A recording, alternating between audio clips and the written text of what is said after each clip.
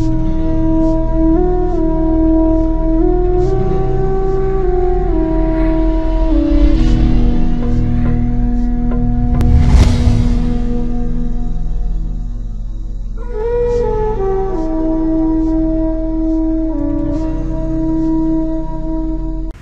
దిన ధ్యానాంశం నష్టం అన్నటువంటి విషయాన్ని గురించి మనం లేఖన భాగంలో చూస్తాం. నష్టం అన్నటువంటిది సులభంగా మనకు అర్థమయ్యేటువంటి ఓ పదం. ఈ ప్రపంచంలో ఏ మనిషి కూడా నష్టపోవడానికి ఇష్టపడడు. నష్టం అంటే మనుషులకు ఇష్టము లేనటువంటి ఒక మాట. ప్రతి వ్యక్తి తన జీవితంలో లాభం పొందాలని, ప్రయోజనం పొందాలని ప్రయాసపడతాడు. ఒక వ్యక్తికి తాను తెలిసి ఏదైనా నష్టపోతుంటే అది నష్టపోకుండా జాగ్రత్త పడతాడు. పరిశుద్ధ గ్రంథంలో ఒక సందర్భంలో యేసు ప్రభువును ఒక స్త్రీ అత్తరు బుడ్డి తీసుకొని వచ్చి ఆ అత్తరు ఆయన తల మీద పోసినప్పుడు అక్కడున్నటువంటి శిష్యులు, అక్కడ రాయబడింది మార్కు 14:4, అయితే కొందరు కోపపడి ఈ అత్తరు ఇలాగు నష్టపరచనేలా, ఈ అత్తరు 300 దీనారముల కంటే ఎక్కువ వెలకమ్మి బీదలకు ఇవ్వవచ్చునని చెప్పి ఆమెను గూర్చి సనుగుకొనిరి. కాబట్టి ఈ వాక్యం ఎందుకు చదివానంటే, హ్యూమన్ నేచర్ ఏంటంటే ఇన్ జనరల్ నష్టపోవడానికి ఇష్టపడరు. ఏదన్నా వేస్ట్ అవుతుంటే కూడా ఇష్టపడరు. అందుకే సాక్షాత్తు యేసు ప్రభువుకి అత్తరు పోస్తున్న కొన్నటువంటి శిష్యులు, కొంతమంది మనుషులు ఇది ఎందుకు ఇలా వేస్ట్ చేయడం అన్నారు. అంటే ఈ కాన్సెప్ట్లో మనం తీసుకుంటున్న ఒకే ఒక అంశం ఏంటంటే, ఏది నష్టపోవడానికి మనుషులు ఇష్టపడడం లేదు. చాలా తెలివిగా ఆలోచన చేస్తారు. సాధారణంగా ఈ లోకంలో ఒక వ్యక్తి ఏదైనా వ్యాపారం చేయాలని నా దగ్గర సలహాకు వస్తే నేను ఏం చెప్తానంటే, నువ్వు ఏ వ్యాపారం చేయాలనుకుంటున్నావో ఆ వ్యాపారంలో నష్టపోయినటువంటి వాళ్ళ దగ్గరికి వెళ్ళి వారు నష్టపోవడానికి కారణాలు ఏవో తెలుసుకొని వాటిని సరిచేసుకోవడం మంచిది. రెండవది, లాభం పొందిన వారితో మాట్లాడవచ్చు. ఎందుకంటే నష్టాలు లేకుండా జీవిస్తేనే ఒక వ్యాపారం ఫలభరితం అవుతుంది. ఆత్మ సంబంధమైన జీవితం కూడా మనం ఫలించాలంటే, ప్రయోజనకరమైనటువంటి ఆత్మీయ జీవితాన్ని మనం కలిగి ఉండాలంటే మన ఆత్మీయ జీవితంలో నష్టపోకుండా జాగ్రత్త పడాలి. అది మెయిన్ కాన్సెప్ట్. పరిశుద్ధ గ్రంథం చూసినప్పుడు దాదాపు 10 విషయాలలో విశ్వాసి నష్టపోయేటువంటి ప్రమాదం ఉంది. అందులో 5 విషయాలు సామెతల్లో చెప్పబడ్డాయి, 5 విషయాలు మరి మిగిలిన చోట్ల చెప్పబడ్డాయి. కాబట్టి ఈ నష్టాలు మనం వింటుండగా వీటికి మనం అవకాశం ఇవ్వకుండా జాగ్రత్త పడినట్టయితే మనం ఆత్మ సంబంధముగా లాభాన్ని, ప్రయోజనాన్ని పొందుతామని మనం గ్రహించాలి. గమనించండి, ఈ 10 విషయాలు అంటే మన ఆత్మీయ జీవితానికి నష్టం కలిగించేటువంటి ఈ 10 విషయాలు మనం చేస్తూ చేస్తూ చేస్తూ ఎంత ప్రార్థన చేసినా, ఎంతమంది గొప్ప ప్రసంగికులు ప్రార్థన చేసినా నష్టాలు పోవు. కాబట్టి ప్రతి విశ్వాసి, ప్రతి వ్యక్తి బైబిల్ గ్రంథములో ఫలానిది నష్టము అని చెబితే దాన్ని సరిచేసుకోవడమే ఒకే ఒక ఆప్షన్ తప్ప వేరే ఆల్టర్నేటివ్ లేదని గ్రహించాలి. మొట్టమొదటి నష్టం గురించి మనం చూస్తే, దేవునికి వ్యతిరేకంగా ఇశ్రాయేలీయులు జీవించినప్పుడు వారు నష్టపోయినట్టుగా వాక్యం చెబుతుంది. 2వ రాజుల గ్రంథం 21వ అధ్యాయం 15వ వచనంలో ఈ విధంగా రాయబడింది, వారు తమ పితరులు ఐగుప్తు దేశములో నుండి వచ్చిన నాట నుండి నేటి వరకు నా దృష్టికి కీడు చేసి నాకు కోపము పుట్టించుచున్నారు గనుక వారు తమ శత్రువులందరి చేత దోచబడి నష్టము నొందుదురు. ఈ మాట ఎవరు చెప్తున్నారంటే దేవుడు చెప్తా ఉన్నాడు. ఎందుకు నష్టం వస్తుందంటే దేవుడు ఏం చెప్తున్నాడంటే, వారు నా మాట వినకుండా నా దృష్టికి కీడు చేసినందువలన వారు శత్రువుల చేత దోచబడుతున్నారు, నష్టపోతున్నారు. మనం చాలాసార్లు అపవాది నాకు ఇబ్బంది పెడుతున్నాడని మనం చెబుతాం. అయితే దేవుడు చెప్తున్నాడు, అపవాది నిన్ను ఇబ్బంది పెట్టడానికి కారణం ఏమిటంటే నీవు దేవునికి వ్యతిరేకమైంది చేయడము అని దేవుడు చెబుతున్నాడు. కాబట్టి మన జీవితంలో మనం నష్టపోకుండా జీవించాలంటే దేవునికి వ్యతిరేకమైనటువంటిది ఏది చేయకుండా జాగ్రత్త పడాలి. రెండవ విషయం, ఇక్కడ 2వ దినవృత్తాంతములు 28వ అధ్యాయం 23వ వచనంలో ఈ విధంగా చెప్పబడింది. ఎట్లనగా సిరియా రాజుల దేవతలు వారికి సహాయము చేయుచున్నవి గనుక వాటి సహాయము నాకును కలుగునట్లు నేను వాటికి బలులు అర్పించదననుకొని తన్ను ఓడించిన దమస్కు దేవతలకు బలులు అర్పించాను. అయితే అవి అతనికిని ఇశ్రాయేలు వారికిని నష్టమునకే హేతువులాయెను. ఇక్కడ ఏం జరిగిందంటే, ఎవరో దమస్కు వారి పద్ధతి చొప్పున వారు చేసినప్పుడు వారికి లాభం కలిగినట్టు ఇశ్రాయేలుకి కనిపించింది. కాబట్టి ఇశ్రాయేలు అనుకున్నారు, వారు చేస్తే లాభం వచ్చింది కాబట్టి మనము కూడా దాన్ని చేస్తామని వాళ్ళు అన్యుల యొక్క పద్ధతిని పాటించారు. బైబిల్ చెప్తుంది, అయితే అవి అతనికి ఇశ్రాయేలు వారికి నష్టమునకే హేతువులాయెను. గమనించండి, మనం ఈ లోకంలో కొన్ని అడ్వైజెస్ బాగుండేటి ఉండొచ్చు, అయితే అవి దేవుని వాక్యానికి విభిన్నమైతే వాటిని మనం పాటించటం వలన ఏం ప్రయోజనం ఉండదు. కాబట్టి మనం జాగ్రత్తగా ఉండాలి. బలాన్ని వాళ్ళు చేస్తున్నారు, వాళ్ళకి అన్నీ బాగవుతున్నాయి, కాబట్టి నేను కూడా వాళ్ళ ప్రిన్సిపల్స్ ఫాలో అవుతానంటే బైబిల్ చెప్తుంది అది నీకు నష్టం. మూడో విషయం ఏంటంటే, పరిశుద్ధ గ్రంథంలో ఒక సత్యం,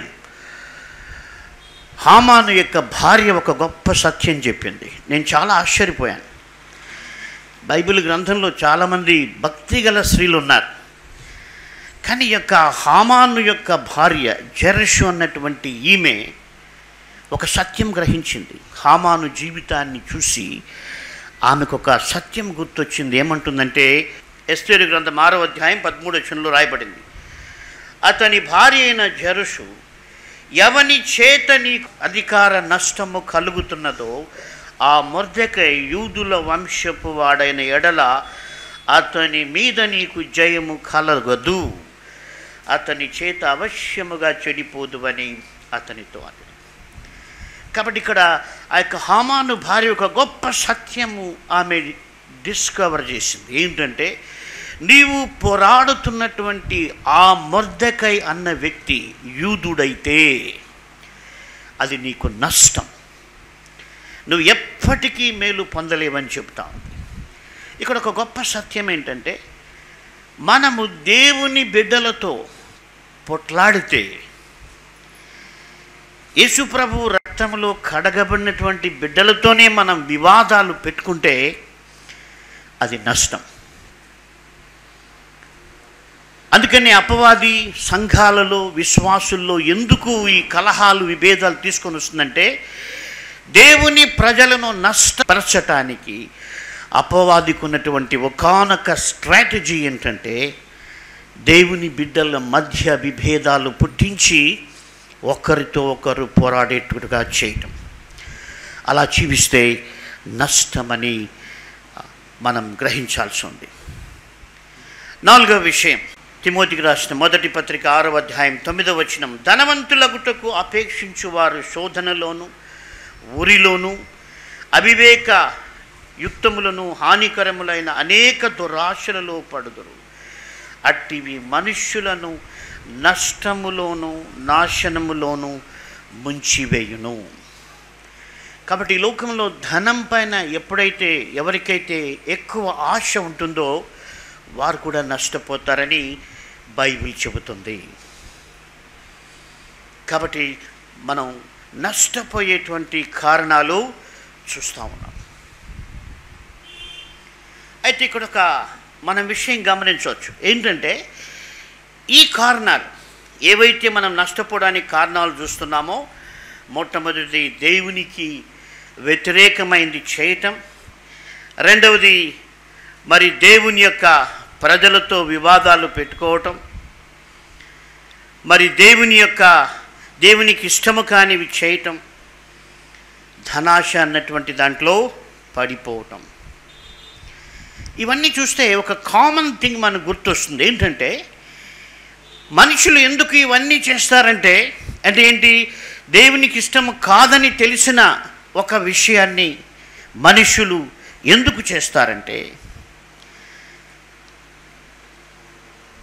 లేక దేవుని ప్రజలతో పోరాడడం మంచిది కాదని తెలిసినా ఎందుకు చేస్తారంటే, ఏదో ఒక లాభం వారి ముందు ప్రలోభం పెట్టబడుతుంది. ఆదికాండం నుంచి ఇప్పటి వరకు జరుగుతున్న విషయం అదే. ఆదాము అవ్వలను నష్టపరచటానికి, బాగా గమనించండి, అపవాది ఆదాముకు అవ్వకు నష్టము కలిగించడానికి వారి ఎదుట ఒక గొప్ప లాభాన్ని చూపించింది. మీరు దేవతలైపోతారు, అబ్బో ఎంత బెనిఫిటో అన్నటువంటి ఒక లాభాన్ని చూపించి ప్రలోభ పెట్టి నష్టంలోకి వారిని ముంచేశారు. కాబట్టి మన జీవితంలో చాలా జాగ్రత్తగా ఉండాలి. దేవుని వాక్యం అందుకే బాగా తెలిసి ఉండాలి. కొన్ని వాక్యాలు కంఠపాఠం కూడా చేసి హృదయంలో పెట్టుకోవాలి. ఐదో విషయం, నష్టపోయిన విషయం ఏంటంటే, ఇది ఒక సంఘటన. అపోస్తలుల కార్యంలో పౌలును వారు బందీగా తీసుకొని వెళ్తూ ఉంటారు. ఆ సంఘటన 27వ అధ్యాయంలో ఉంది, మళ్ళీ మీరు చదువుకోవచ్చు. తీసుకెళ్తుంటే వారు ఒక మార్గము గుండా ప్రయాణం చేస్తున్నప్పుడు పౌలు చెప్తాడు, నాకు అనిపిస్తుంది ఈ మార్గంలో మనం ప్రయాణం చేస్తే మనకు నష్టం వస్తుందని ఆయన చెబుతాడు. ఆ మాట 27:10లో ఉంది. అప్పుడు పౌలు, అయ్యలారా, ఈ ప్రయాణం వలన సరుకులకును ఓడకును మాత్రమే కాక మన ప్రాణములకు కూడా హానియు బహు నష్టము కలుగునట్లు నాకు తోచుచుదని చెప్పి వారిని హెచ్చరించాను. ఆ ప్రయాణంలో పౌలు చెప్పాడు, అయ్యా ఈ మార్గంలో పోతే నష్టం అని దేవుని సేవకుడు చెప్పాడు. ఆ తర్వాత అక్కడ రాయబడింది, ఆ 27:10 తర్వాత, అప్పుడు ఆ యొక్క ఓడ ఆ నాయకుడు ఏం చెప్తారంటే, లేదు లేదు పర్వాలేదు పోవచ్చు అంటారు. అప్పుడు మిగిలిన వాళ్ళందరూ కూడా అక్కడ రాయబడింది, వారు పౌలు చెప్పిన మాట కంటే ఓడ నాయకుడు చెప్పిన మాటకు విలువ ఇచ్చి వారి ప్రయాణం కొనసాగించారని బైబిల్ చెప్తుంది. గమనించండి, ఒక రకంగా ఇది కొంచెం కాంప్లికేటెడ్ ఇష్యూ. పౌలు చెప్పిన మాట నమ్మడం వాళ్ళకి కష్టం. ఎందుకంటే పౌలు ఓడ నాయకుడు కాదు, కెప్టెన్ కూడా కాదు. ఆయన ఓడలు నడిపిన అనుభవం లేదు. ఆయన చెప్తున్నాడు ఈ ప్రయాణం మంచిది కాదని. ఇంకొక ఆయన ఓడ నడిపిన అనుభవం ఉంది, వెల్ ఎక్స్పీరియన్స్డ్. ఆయన అంటున్నాడు పదాం పద అంటున్నాడు. కాబట్టి న్యాచురల్గా ఇప్పుడు మనుష్యులు ఓడ నాయకుడు చెప్పిన మాట వినడానికే మొగ్గు చూపిస్తారు. అయితే చాలా నష్టపోయారు, భయపడిపోయారు. బైబిల్ చెబుతుంది వారు చావుకు భయపడి 14 రోజులు భోంచేయలేరు. ఆ తర్వాత పౌలు వారికి ధైర్యం చెప్పి, మీరు ముందుగానే మానేయాల్సింది ప్రయాణం అని చెప్తాడు. సో ఈ సంఘటనలో మనకు తెలిసేది ఏంటంటే, దేవుని వాక్యానికి వ్యతిరేకంగా ఎలాంటి ఫిలాసఫీ అయినా, ఎలాంటి నీతి మాటలైనా, ఎలాంటి ఎవిడెన్స్తో ఉన్నటువంటి విషయాలైనా కూడా మనం దేవుని మాటకే విలువ ఇవ్వాలి తప్ప ఆ వ్యక్తి చెప్పేదానికి ఎవిడెన్స్ ఉంది, ఈ వ్యక్తి చెప్పడానికి బలమైన కారణాలు ఉన్నాయి అని ఏదో మనము బేస్ చేసుకొని దేవుని వాక్యాన్ని పక్కన పెడితే మన ప్రయాణాలు నష్టంలో ఉంటాయి. కాబట్టి 5 విషయాలు మనం గుర్తుపెట్టుకోవాలి. మొట్టమొదటిది, దేవునికి వ్యతిరేకమైంది మనం చేస్తే మనకు నష్టం వస్తుంది. రెండవది, ఎవరో చేస్తున్నారు మనం కూడా చేస్తాం అనుకుంటే అది నష్టం. మూడవది, నువ్వు దేవుని ప్రజలతో ఎవరితో అయినా నీకు వివాదం ఉంటే అది కూడా నీకు నష్టం. నాలుగవది, ధనాశకు నువ్వు చోటిస్తే అది నిన్ను నష్టంలో ముంచేస్తుంది. ఐదవది, ఈ లోకంలో ఉన్నటువంటి ఆధారాలను బట్టి, ఈ లోక జ్ఞానాన్ని బట్టి దేవుని వాక్యాన్ని పక్కన పెడితే అది కూడా నష్టాన్ని కలుగజేస్తుంది. ఈ 5 నష్టాలు మనం జాగ్రత్తగా ఉండాలి, లేకపోతే నష్టపోతాం. అదే సమయంలో మహాజ్ఞాని అయినటువంటి సొలొమోను ప్రాక్టికల్ లైఫ్లో మనిషి ఇంకా ఎక్కడ నష్టపోతాడని ఆయన కూడా 5 విషయాలు చెప్పాడు. మొట్టమొదటిది ఏంటంటే సామెతల గ్రంథం 18వ అధ్యాయం 9వ వచనం, పనిలో జాగు చేయువాడు నష్టము చేయువానికి సోదరుడు అన్నాడు. గమనించండి, మనం చేసేటువంటి పని ఆలస్యం చేస్తే అది నష్టం. మనం బైబిల్ చదవడం కానీ ప్రార్థన చేయడం కానీ ఏదో చేయాలని చేస్తే అది నష్టం. ఇది చాలా ఇంపార్టెంట్. రెండవది సొలొమోను చెప్పినది సామెతలు 18:24, బహుమంది చెలికాండ్రు గలవాడు నష్టపడును అన్నాడు. గమనించండి, చాలామంది స్నేహితులు ఉన్నవాళ్ళు తప్పకుండా నష్టపోతారంట. ఇది ఇప్పుడు మనకు బాగా అర్థమవుతుంది, ఒకప్పుడు అర్థం కాకపోవచ్చాము. ఇప్పుడున్నటువంటి సోషల్ మీడియాలో మనకు బాగా అర్థమవుతుంది. ఒక్కొక్కరికి ఫేస్బుక్లో 5,000 మంది వరకు ఫ్రెండ్స్ని పెట్టుకోవచ్చు. అంటే మనుషులు ఆత్మీయంగా నష్టపోవడానికి అంత పెద్ద నెంబర్ ఇచ్చారు. ఈ ఎక్కువ మంది స్నేహితులు ఉంటే ఎలా నష్టపోతామంటే, ఫర్ ఎగ్జాంపుల్ మనం ఒక 100 మంది అనుకున్నాం స్నేహితులు, 100 మందితో ఒక్కొక్కరితో 2 నిమిషాలు మాట్లాడినా, లేకపోతే మనం చేయకపోయినా వాళ్ళు మనకు కాల్ చేసినా దాదాపు 3 గంటల సేపు వేస్ట్ అయిపోతుంది. కాబట్టి లోకంలో మనం స్నేహితులు అస్సలు కొద్దిమంది ఉన్నా వారు దేవుని వాక్యానుసారంగా మనకు సహాయపడగలిగితే అది చాలా మంచిది.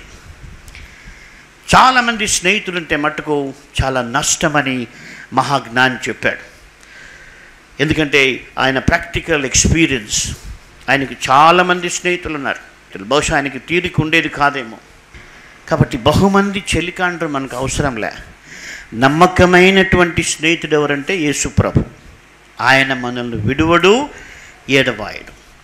నా జీవితంలో, నా అనుభవంలో నాకు తెలిసి ఇప్పుడు 59 ఏళ్ల వయసులో నాకు తెలిసి నాకు మంచి స్నేహితులు ఎవరైనా ఉన్నారంటే ఐ థింక్ ఒక 4 కంటే ఎక్కువ లేదు. కానీ నాకు కొన్ని వేల మందితో పరిచయం ఉంది, వేల మంది స్నేహితులు అనబడే వాళ్ళు కూడా ఉన్నారు. కానీ ఒక 3-4 కంటే ఎక్కువ నిజమైన స్నేహితులు లేరు. చాలాసార్లు నేను బాధపడ్డాను ప్రభుత్వంలో, ప్రభా ఇంతమందితో నేను ఎందుకు స్నేహం చేశాను, చాలా వేస్ట్ అయిపోయింది నా టైం. అందుకే చాలా వరకు స్నేహాలు మనం తగ్గించి నిజమైన స్నేహితుడైన యేసు ప్రభువుతో మనం సహవాసం చేయాలి. మరి సొలొమోను చెప్పినటువంటి 3వ విషయం, శ్రద్ధ గలవారి యోచనలు లాభకరములు. సామెత 21:5, తాళిమి లేక పని చేయువానికి నష్టమే ప్రాప్తించును. ఇక్కడ సొలొమోను చేస్తున్న అడ్వైజ్ ఏమిటంటే, నువ్వు ఏం పని చేస్తున్నా మధ్యలో కాసేపు నువ్వు దేవుణ్ణి స్తుతించి ప్రార్థన చేయాలి. అఫ్కోర్స్ మోకరించకపోవచ్చు, but you should take time to give thanks to God and to have contact with God. లేకపోతే ఆ పనిలో కంప్లీట్గా మునిగిపోతే ఈ పనులకు ఉన్నటువంటి శక్తి ఏమిటంటే దేవుణ్ణి మరిపిస్తాయి, బైబిల్ని మరిపిస్తాయి, ప్రార్థనను మరిపిస్తాయి.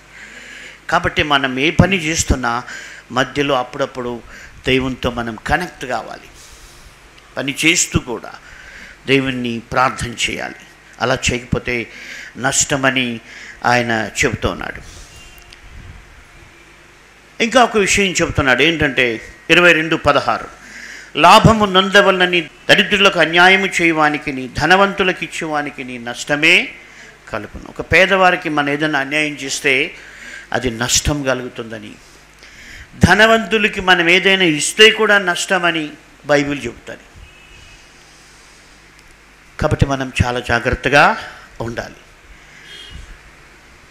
చివరిగా సొలొమోను చెప్తున్నటువంటి ఇంకొక నష్టం, ఇది కూడా చాలామంది నష్టపోయే విషయం.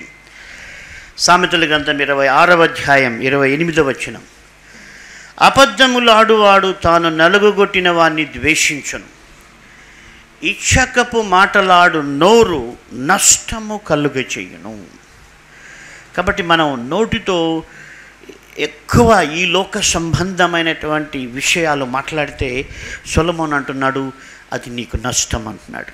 అసలు ఇంగ్లీష్ బైబిల్లో ఎ ఫ్లాటరింగ్ మౌత్ వర్కెత్ రూయిన్ అన్నాడు. నాశనం చేస్తుందట ఆత్మీయ జీవితాన్ని. కాబట్టి మన నోటితో నష్టపోయే ప్రమాదం ఉంది, మన డెసిషన్తో నష్టపోయే ప్రమాదం ఉంది, మన ఫ్రెండ్స్తో నష్టపోయే ప్రమాదం ఉంది, మన పనితో కూడా నష్టపోయే ప్రమాదము ఉంది. కాబట్టి చాలా జాగ్రత్తగా ఉండాలి. గమనించండి, యేసు ప్రభు కూడా నష్టాన్ని గురించి మాట్లాడాడు. సొలొమోను 5 విషయాల్లో చెబితే సొలొమోను కంటే గొప్పవాడైనటువంటి యేసు ప్రభు ఆయన అన్ని విషయాలు ఒకే మాటలో చెప్పాడు. ఆయన అన్నాడు, ఒకడు లోకమంతయు సంపాదించి తన్ను తాను పోగొట్టుకొని ఎడల లేక నష్టపరచుకొనిన ఎడల వానికేమి ప్రయోజనం. లూకాసు వార్త 9:25. యేసుప్రభు మనిషికి చెప్తున్నాడు, నిన్ను నీవు నష్టం చేసుకుంటే ఏం బెనిఫిట్ నీకు? నీ చదువు వల్ల ఏం బెనిఫిట్, నీ డబ్బు వల్ల ఏం బెనిఫిట్, లేకపోతే నీ హోదా వల్ల నీకేం బెనిఫిట్? నువ్వు నష్టపరుచుకుంటే, నీ ఆత్మ నష్టపోతే నీకేం ప్రయోజనం అని యేసుప్రభు చెప్తున్నాడు. కాబట్టి ముఖ్యంగా మన ఆత్మ విషయంలో నష్టపోకుండా జాగ్రత్త పడాలి. మనం ఏది కూడా దేవుని కొరకు మనం నష్టపోవచ్చు. అదే పౌలు చేశాడు. పౌలు అంటున్నాడు, నేను ప్రభువైన యేసుక్రీస్తు కొరకు సమస్తమును నష్టముగా ఎంచుకుంటున్నాడు. ఫిలిప్పీ 3:7లో క్రీస్తు కొరకు నేను నష్టముగా ఎంచుకుంటున్నానని పలుమార్లు పౌలు చెప్పాడు. ఫిలిప్పీ 3:8లో కూడా చెప్పాడు, 3:11లో చెప్పాడు. అంటే క్రీస్తు కొరకు ఆయన నష్టపోవడానికి ఇష్టపడ్డాడు. కారణం ఏమిటంటే క్రీస్తు కొరకు నష్టపోతే అది ఆశీర్వాదం. అయితే మనం ఈ లోకంలో నష్టపోతే ఏం ప్రయోజనం? చాలా నష్టం. కాబట్టి మనం జాగ్రత్తగా ఉండాలి. మనం ప్రయోజనాలు పొందాలని, దీవెనలు పొందాలని ప్రార్థన చేస్తూ చేస్తూ చేస్తూ చేస్తూ ఇగో ఈ నష్టం కలిగే పనులన్నీ చేస్తూ ఉంటే ఏం ప్రయోజనం?